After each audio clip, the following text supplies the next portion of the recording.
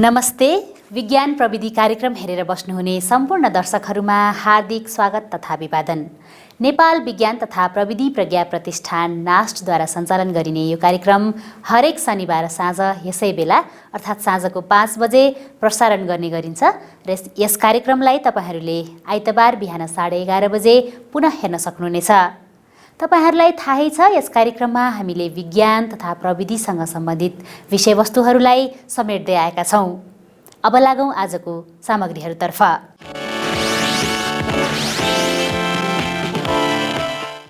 विज्ञान तथा प्रविधिको महत्त्वलाई बुझाउन हरेक वर्ष आश्विन 1 गतेलाई हामी राष्ट्रिय विज्ञान दिवसका रूपमा मनाउँछौँ भने नोभेम्बर 10 तारिखलाई विश्व विज्ञान दिवसका रूपमा मनाउने गरिन्छ। सोही विश्व विज्ञान दिवसको अवसर पारेर नास्टले एक विज्ञान संवाद कार्यक्रमको आयोजना गरेको थियो। सोही विज्ञान संवाद बारेको रिपोर्ट प्रस्तुत गर्दैछौँ आजको यस कार्यक्रमको सामग्रीका रूपमा।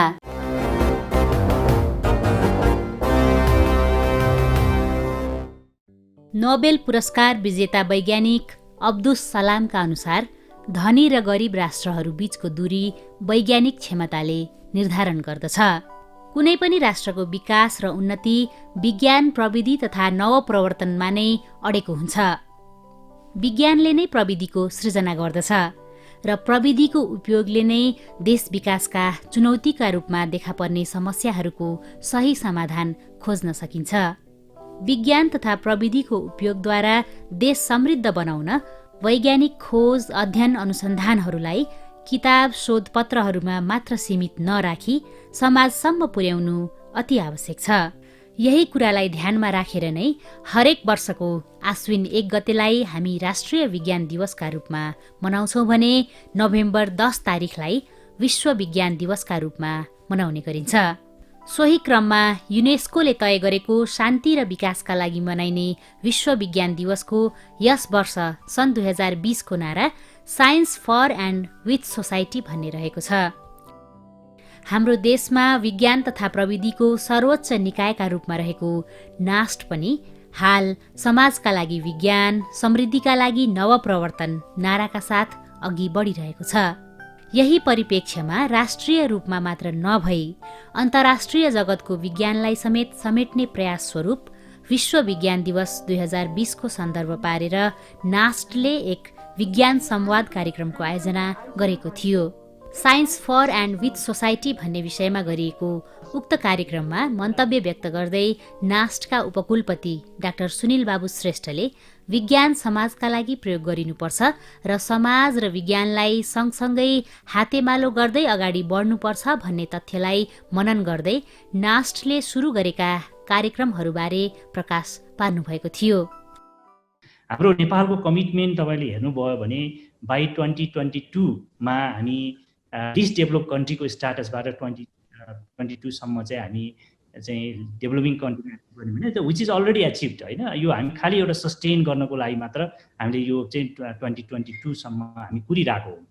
हामी त्यो 3-4 क्राइटेरिया मध्ये 2टा क्राइटेरिया फुलफिल गर्नुपर्छ, त्यो विच इज अलरेडी फुलफिल्ड होइन। त्यो भइसकेको छ, खालि यसलाई सस्टेन गर्न सकिन्छ कि सकिँदैन भनेर हामीले 2022 सम्म। तर मेजर कुरा चाहिँ के हो भने बाई 2030 सम्म एसएसटिजी गोल चाहिँ एचिभ गर्ने र 2030 सम्म नै फेरि हामी मिडल इन्कम कन्ट्रीको चाहिँ स्ट्याटसमा चाहिँ एचिभ गर्ने भने यो कसरी एचिभ गर्न सकिन्छ। यो गर्नको लागि एउटा इनोभेटिभ आइडियाहरू चाहिँ आवश्यक पर्छ। साइन्स एन्ड टेक्नोलोजीको त्यहाँनिर आवश्यकता पर्छ, जुनलाई चाहिँ हामीले चाहिँ एकदमै नेपालले लिएको लक्ष्य जुन ह्याप्पी नेपाली प्रस्परस नेपाल भन्ने लक्ष्य छ राष्ट्रको, त्यसलाई पुरा गर्नको लागि विज्ञान र प्रविधिले कसरी काम गर्नुपर्छ भन्ने कुराहरूमा चाहिँ हामीले विशेष ध्यान दिनुपर्छ। कार्यक्रममा स्वागत मन्तव्य व्यक्त गर्दै नास्टका सचिव डाक्टर महेश कुमार अधिकारीले हामीले हाम्रो पुर्खाले दिएका मौलिक ज्ञानहरूलाई बिर्सन नहुने विचार व्यक्त गर्नुभएको थियो।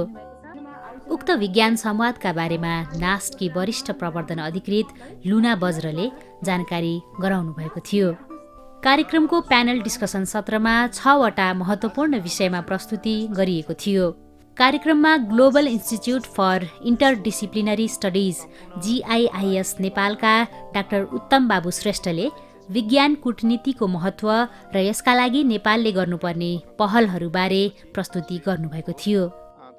साइन्स डिप्लोमेसी वा विज्ञान कूटनीति भनेर भन्दाखेरि एकदमै नौलो जस्तो सुनिन्छ। हुन त यो नौलो नै कुरा हो, विशेष गरेर दोस्रो विश्वयुद्धपछि शीतयुद्धको समयमा अझ भन्दा त्यो सुरु भएको हो।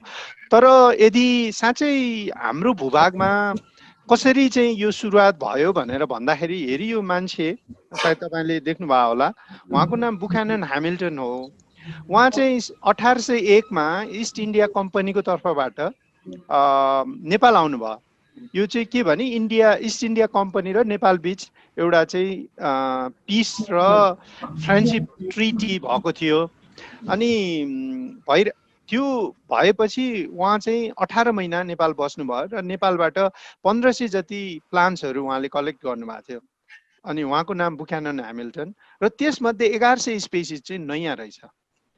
अनि उहाँले नेपालको पहिलो फ्लोरा प्रोडोमस फ्लोरी नेपालेन्सिस पब्लिस गर्नुभयो। त्यो चाहिँ डेभिड डनले उहाँको कलेक्सनको आधारमा 1825 मा।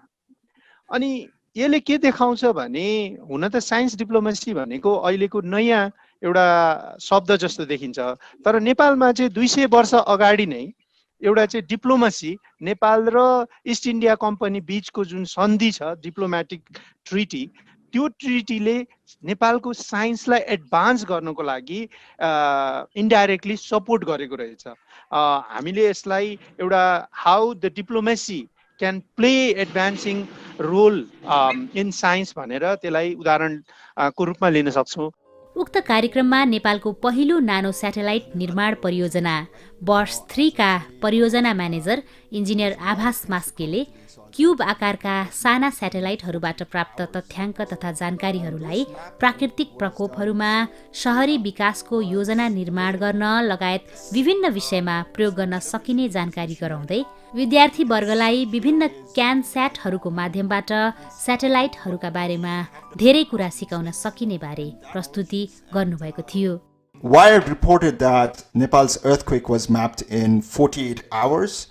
But when I looked deeper into it, I think it took more than just 48 hours. And those mapping was done through space, right? So we used a lot of big satellites and small satellites to get images of Nepal post-disaster. Some of the companies and satellites that were involved were Digital Globe, WorldView, even Landsat was involved. And these data was available through the UNISAT program that triggered the International Charter for Space and Major Disaster. And government organizations around the world and companies, private companies who own satellites, then start providing data. If you look at Digital Globe, these are sub-meter resolution data. These are 5-meter resolution data from Planet. But the problem with sub-meter resolution data is that the revisit time is very long. So it takes about 2 weeks for one image to come out from one particular area. To bridge that gap, we are starting to see smaller satellites being used in low Earth orbit. This CubeSat from Planet Lab is about 3 times bigger than NepaliSat-1 that we launched, and it can give up to 5-meter resolution data in RGB and even near IR spectrum. So by bridging that revisit time, we could then map Kathmandu and Nepal every day. So with that big data, what we can start leveraging is machine learning. What we can see here is an example of support vector machines, which is a traditional machine learning algorithm that uses satellite data and then classifies and segments it into buildings, surfaces, and vegetation. So if we can actually use Planet data and then leverage machine learning, even deep learning these days using convolutional neural network, deep belief networks, and autoencoders, I think we can then start doing rapid assessment for disaster-prone areas like Kathmandu. उक्त विज्ञान संवाद कार्यक्रममा नास्टकी प्राज्ञ, women scientist forum Nepal नास्टकी संयोजक प्राध्यापक doctor Anjana सिंहले विज्ञानमा महिला सहभागिता कसरी बढाउन सकिन्छ भन्ने बारे प्रस्तुति गर्नुभएको थियो। वुमेन साइन्टिस्ट फोरम नेपाल चाहिँ नास्टको अन्डरमा स्थापना भएको छ 2076 सालमा र यसको मुख्य उद्देश्य राष्ट्रिय नारा समृद्ध नेपाल सुखी नेपालीमा योगदान पुर्याउन यस फोरमले नागरिकका लागि नास्ट भन्ने अभियान अन्तर्गत कार्यक्रमहरू तर्जुमा गर्नेछ र गरिरहेको पनि छ र साथसाथै यसमा चाहिँ science and technology engineering and म्याथमेटिक्सलाई समेटेको छ र यसको मूल उद्देश्य चाहिँ 7वटै प्रदेशमा तालिम घोष सोचेका छौँ र अब यसै नै हेर्दाखेरि हामीले एजुकेसन स्ट्याटस अफ नेपाल चाहिँ त्यसले चाहिँ अब हामीले अहिले पछि पपुलेसनको सेन्सस त भएको छैन 2011 को अनुसार चाहिँ महिलाहरू 51.5% मात्रै रहेका रहेछन् र लिटरेसी रेटमा चाहिँ 57.4% मात्रै छ। काठमाडौँ सायद क्यापिटल भएकोले होला 86.3% छ र रौतहट चाहिँ सबभन्दा लोएस्ट 41.7% मात्रै छ र त्यस्तै women in Nepal मा चाहिँ धेरै we have received less degrees in engineering and mathematics, physical science, computer and information, but a little bit higher in health professionals such as nursing, physical therapy, health administrations and education.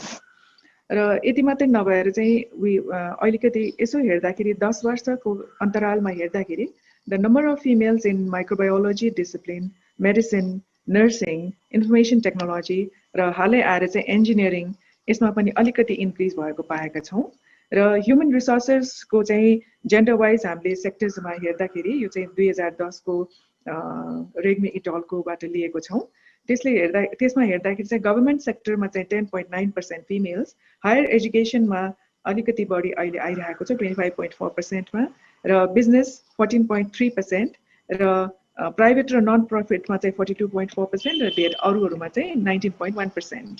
र यसरी यो सबै गर्दाखेरि चाहिँ एकदम फिमेलहरूको क्वालिफिकेसनलाई ध्यान दिएर गर्दाखेरि चाहिँ ह्युमन रिसोर्सेसहरू चाहिँ जम्मा 15.4% मात्रै देखिएको अवस्था छ। कार्यक्रममा विज्ञानका तथ्यहरूलाई, नयाँ आविष्कारहरूलाई सरल तरिकाबाट सर्वसाधारणसम्म पुर्याउन महत्त्वपूर्ण भूमिका खेल्ने विज्ञान पत्रकारिताबारे वरिष्ठ विज्ञान पत्रकार छत्र कार्कीले प्रस्तुति गर्नुभएको थियो। बेसिकली हेर्दाखेरि यो साइन्स जर्नलिजम भन्ने बित्तिकै साइन्टिस्ट, साइन्स र साइन्स जर्नलिस्ट यो चाहिँ इन्टर रिलेटेड हुन्छ। जब एउटा साइन्टिस्टहरूले एउटा नलेजलाई चाहिँ जब साइन्टिस्टहरूले नलेज प्रोडक्सनमा साइन्टिफिक नलेज प्रोडक्सनमा साइन्टिस्टहरूको एउटा इम्पोर्टेन्ट रोल हुन्छ र त्यस पछाडि जब एउटा साइन्सको रूपमा त्यसलाई इस्टाब्लिस हुन्छ, त्यो इस्टाब्लिस भएको नलेजलाई मास मिडियाबाट बुझिने भाषामा सबैले बुझ्ने गरी त्यसलाई राइटको माध्यमबाट, फिचरको माध्यमबाट, न्युजको माध्यमबाट अगाडि बढाउने काम चाहिँ जर्नलिस्ट हुन्छ।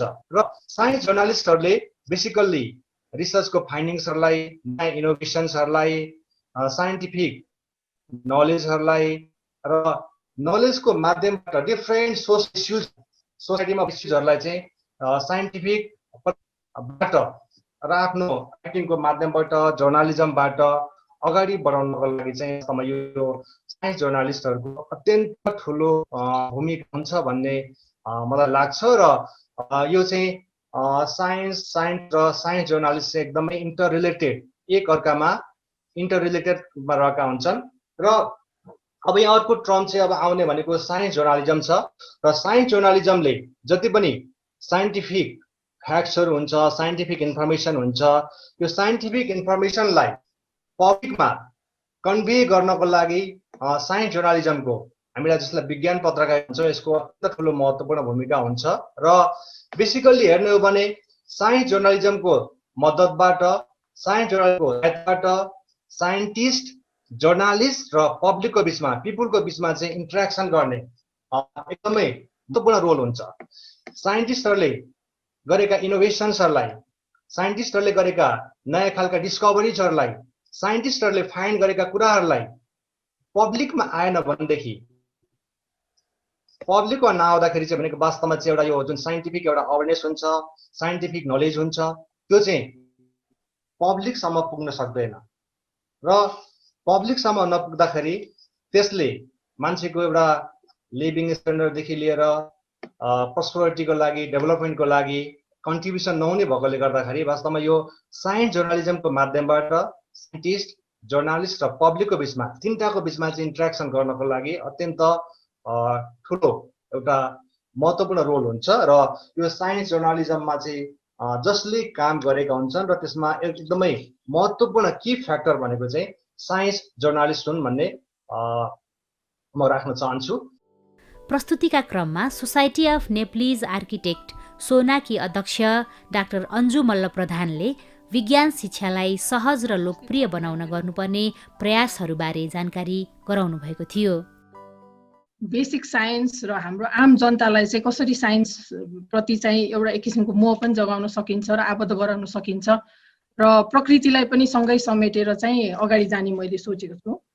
र मेरो आफ्नै अनुभव पनि एउटा सानो भन्न जाँदाखेरि चाहिँ साइन्स र साइन्टिस्टसँग रिलेट गर्दाखेरि सानैदेखि चाहिँ very hi-tech labs, highly complicated machinery and technology, science फिक्सनको मुभिज, अनि men and women in white coats roaming around with test tubes and documents.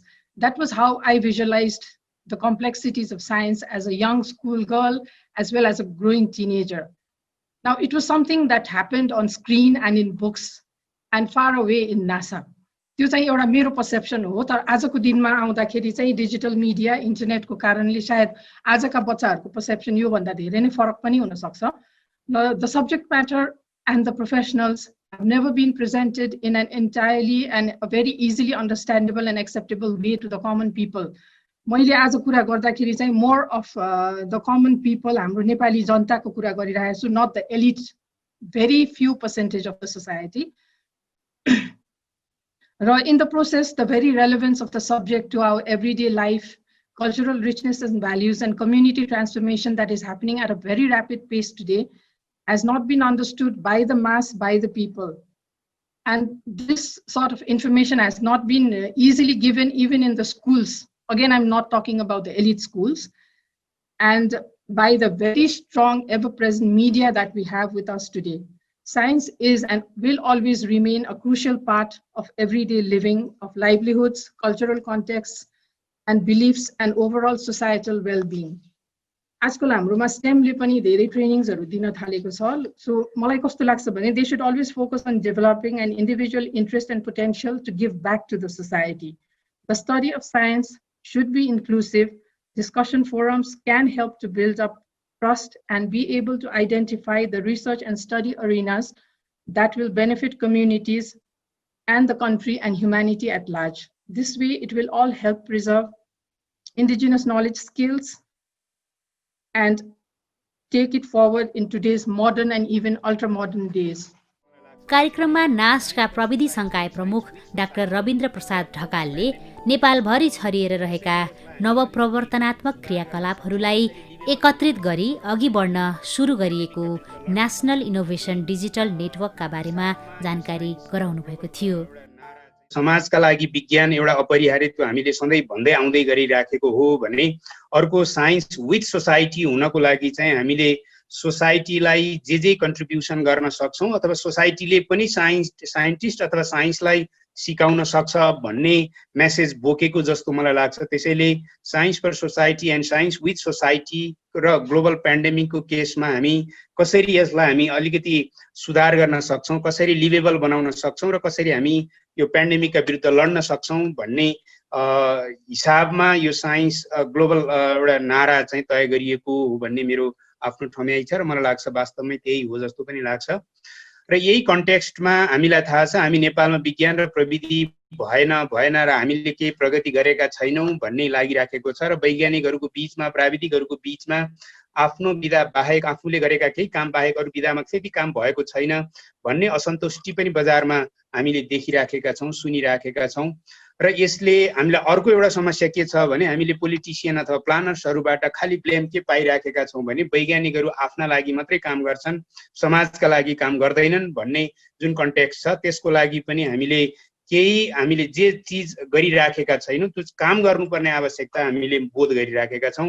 त्यसैले अहिले हामीले यो नास्टबाट नै साइन्स र टेक्नोलोजीलाई समाजमा कसरी लैजान सकिन्छ भन्ने हिसाबले science for society, innovation for technology, innovation for prosperity भन्ने नारा पनि तय गर्दै अगाडि बढ्ने हिसाबमा हाम्रो उपकुलपतिज्यूले नेतृत्व गरिराख्नु भएको छ। त्यसैले थुप्रै इनिसिएटिभहरूलाई हामीले मर्ज गर्दै अगाडि बढ्ने प्रयास गरिराखेका छौँ। यसरी धेरै इनिसिएटिभ्सहरूमा हात हाल्दै गर्दा थोरै रिसोर्सेस, थोरै जनशक्तिले गरेका कामहरू मलाई लाग्छ नेसनल लेभलमा फिल गर्ने अथवा पब्लिकले फिल गर्ने, समुदायले फिल गर्ने लेभलमा हामीले गर्न नसकेको कुरालाई पनि हामीले आत्मसात गर्दै अगाडि बढ्नुपर्ने आवश्यकता हुन्छ। कार्यक्रममा समापन मन्तव्य व्यक्त गर्दै पूर्व विज्ञान तथा प्रविधि मन्त्री नास्टका सद्भावना दूत इन्जिनियर गणेश शाहले विज्ञान शिक्षा तथा विज्ञानको लोकप्रियतामा ध्यान दिँदै विज्ञानतर्फ लगानी बढाउनु पर्ने विचार व्यक्त गर्नुभएको थियो। हामीले चाहिँ अब हाम्रो पोलिसी मेकर्स, डिसिजन मेकर्स, पार्लियामेन्टेरियन्स हो कि पोलिटिकल लिडर्स, पार्टिज हो कि लोकल गभर्मेन्ट, उहाँहरू सबैलाई चाहिँ अब नेपालको जुन फेडरल गभर्मेन्टको साइन्स टेक्नोलोजी इनोभेसन पोलिसी छ त्यसमा कसरी चाहिँ उहाँहरूले सहभागिता र समावेशता गराउने भने हामीले त्यो policy review, policy intervention, policy अनुसारको फर्दर कार्यक्रमहरू अगाडि बढाउँछौँ। Second is the science technology, science education, या अब टेक्नोलोजी भन्दा अहिले भोकेसनल एजुकेसन भन्ने गरेको छ। त्यसैले यो एजुकेसनको बारेमा पनि हाम्रो सोसाइटीमा हामीले चाहिँ कसरी जोड्ने त, हामीले आजको नारा नै science for society with society भन्दाखेरि चाहिँ फर त बुझ्यौँ सबैले गरौँ भनेर, त सोसाइटीसँग कसरी काम गर्ने भने त्यसमा एउटा नीति निर्माण तहमा उहाँलाई गर्नु पर्यो, शिक्षामा गर्नु पर्यो। त्यसै गरी के छ भने अर्को चाहिँ साइन्सको पपुलराइजेसन पनि धेरै हो, जुन हाम्रो छत्रजीको मैले जससँग जोड्न खोजेको कि अब चाहिँ हाम्रो आम सञ्चार माध्यममा पनि टेक्निकल जर्नल त साइन्टिफिकमा त हामी लेखिरहेका हुन्छौँ के तर आम नागरिकलाई चाहिँ जनविज्ञान बनाउने हो भने, समाजसँग विज्ञान जोड्ने हो भने यसको पपुलराइजेसनमा जोड दिनु पर्यो। र लास्टली एउटा गाउँघरतिर कजु छ के सब कुरा गरिसक्यो, यसमा पैसा कसले लगानी गर्ने, विल पे, विल इन्भेस्ट। त्यसैको लागि अब हामी सबैले चाहिँ यो क्षेत्रको यो भनौँ न हामी फाइनेन्सिङ, इन्भेस्टमेन्ट, गभर्नेन्स यो सबैको लागि पनि हामीले चाहिँ कलेक्टिभली चाहिँ हामीले चाहिँ एउटा आवाज उठाउन सक्यो भने आगामी दिनमा चाहिँ यसले चाहिँ अलि नयाँ, यो त मैले भन्छु कि it will take the new speed, it will take the momentum. उक्त कार्यक्रमका मोडरेटरका रूपमा नास्टका प्राज्ञ प्राध्यापक डाक्टर रमेश कुमार मास्के हुनुहुन्थ्यो।